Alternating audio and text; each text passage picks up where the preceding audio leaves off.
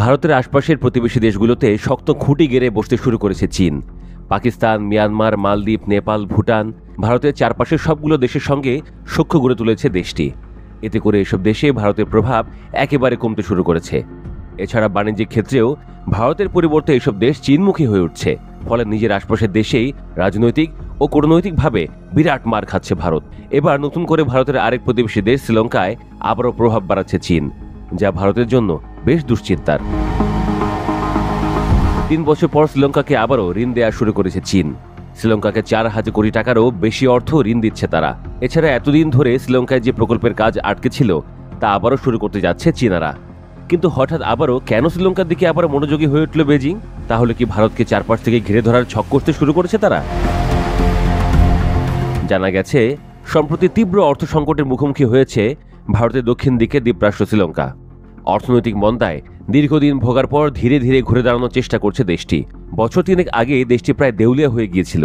তখন থেকে শ্রীলঙ্কাকে অর্থ সাহায্য করা বন্ধ করে দেয় চীন। তবে ৩ বছর পর আবারও শ্রীলঙ্কাকে ঋণ দিচ্ছে তারা।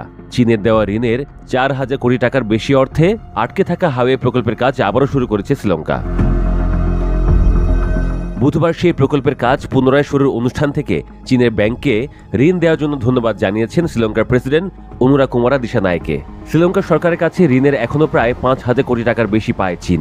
বিভিন্ন পরিকাঠামোগত উন্নয়নের লক্ষ্যে ওই ঋণ নিয়েছিল শ্রীলঙ্কা, তবে এখনও তা পরিশোধ করতে পারেনি তারা। তবুও শ্রীলঙ্কাকে আবারও বড় ধরনের ঋণ দিয়েছে চীন।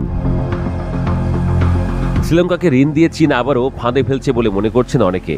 কারণ ঋণ সময় মতো পরিশোধ করতে না পারায় শ্রীলঙ্কার হাম্বানটোটা বন্দরটি ৯৯ বছরের জন্য লিজ নিয়ে নেয় চীন।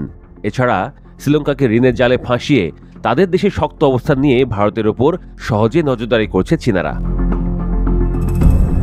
ভারত শ্রীলঙ্কাকে নিজেদের প্রভাব বলের মধ্যেই মনে করে, কিন্তু চীনের বড় বড় বিনিয়োগ ও শ্রীলঙ্কার সঙ্গে কৌশলগত সম্পর্ক ভারতের আঞ্চলিক নিরাপত্তা এবং প্রভাবকে চ্যালেঞ্জ জানাচ্ছে।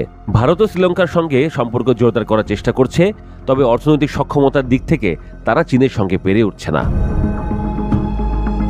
ভারতীয় কর্মকর্তাদের আশঙ্কা হল, শ্রীলঙ্কায় চীনের অর্থনৈতিক প্রভাব ধীরে ধীরে রাজনৈতিক ও সামরিক প্রভাবে রূপান্তরিত হচ্ছে। এতে করে ভারতের কৌশলগত স্বার্থ এবং আঞ্চলিক নিরাপত্তার জন্য দীর্ঘমেয়াদী ঝুঁকি তৈরি করছে।